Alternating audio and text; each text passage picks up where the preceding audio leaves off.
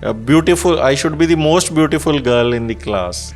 जहाँ पे unconscious mind में ये आ गया जो एक ही आदमी हो सकता है, टॉपर एक ही हो सकता है, मोस्ट ब्यूटीफुल एक ही हो सकता है। हाँ, तो माइंड को पता है कि हो सकता है तू टॉपर ना बन पाए। तो साथ ही उसकी ओवर थिंकिंग, नेगेटिव थिंकिंग शुरू हो जाती है। अगर तू टॉपर नहीं बना तो क्या होगा, बच्चे तुम्हें चिढ़ाएंगे, माता पिता तुम्हें प्यार नहीं करेंगे, कई तरह के विचार उसको शुरू हो सकते हैं। और अगर हमने ओवर थिंकिंग को बंद करना है तो काउंसलिंग के जरिए हम पता करते हैं कि उसके कौन से ट्रिगर पॉइंट्स हैं, कौन सी उसमें कॉग्निटिव डिस्टॉर्शंस हैं जो ओवर थिंकिंग की फॉर्म में उसमें आ रही हैं।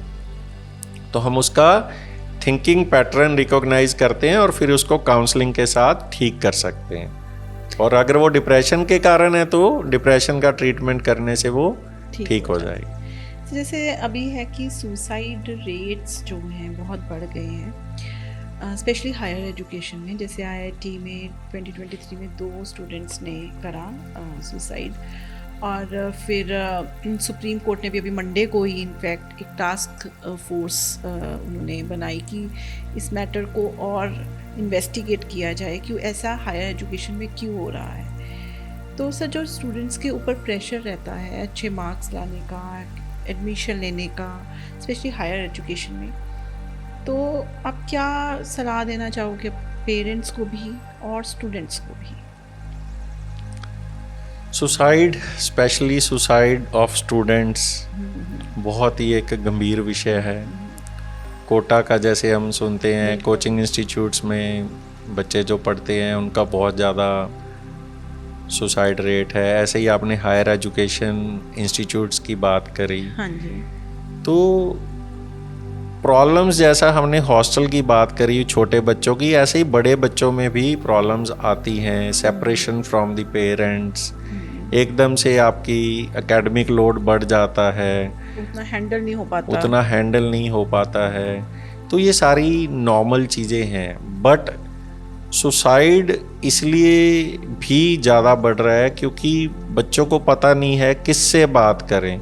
अगर वो बात करना भी चाहते हैं तो फैसिलिटीज़ अवेलेबल नहीं हैं। तो जो हायर एजुकेशन इंस्टीट्यूट्स हैं उनमें मेंटल हेल्थ सेल या काउंसलिंग सेल मैंडेटरी होना चाहिए, जहाँ पे एक ट्रेंड काउंसलर अवेलेबल होना चाहिए जिससे बच्चे बात कर सकें, अपने मन की बात कर सकें। कई बार बच्चों में, जैसे आपने बात करी कि फाइनेंशियल प्रॉब्लम भी होती है, अगर उनको पता भी है साइकेट्रिस्ट, साइकोलॉजिस्ट के पास जाना है, they are not able to pay.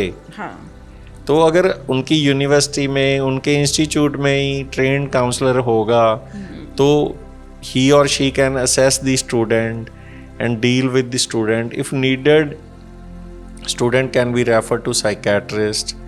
तो mental health और काउंसलिंग सेल होना ज़रूरी है। और क्राइसिस मैनेजमेंट स्ट्रेटजी यूनिवर्सिटी की होनी बहुत ज़रूरी है कि अगर कोई क्राइसिस सिचुएशन आ गई है किसी बच्चे की, तो स्टैंडर्ड ऑपरेटिंग प्रोसीजर क्या है, बच्चे को कहाँ लेके जाना है, कहाँ एडमिट कराना है, वो सब पहले से सब डिसाइड होना चाहिए। तो ही हम इन चीज़ों को टैकल कर सकते हैं। सर, क्या कोई हेल्पलाइन नंबर्स भी हैं जिस पे अगर किसी को सुसाइडल थॉट्स आ रहे हैं? क्योंकि सुना है मैंने कि कुछ पल के लिए होता है कई बार, वो एक्सट्रीम स्टेप लेने वाला, जो बहुत सारे सुसाइड इम्पल्सिव होते हैं। तो अगर वहाँ हम किसी से बात कर लें, कोई ऐसे हेल्पलाइन नंबर्स हों? 2 हेल्पलाइंस हैं जो कि गवर्नमेंट ऑफ इंडिया की हैं। तो एक है टेलीमानस, ठीक है जी, और दूसरी है किरण। ओके, तो उस पे कॉल करके वो बात कर सकते हैं, जो कि फ्री है, 24 आवर्स अवेलेबल हैं, और उन पे बात की जा सकती है।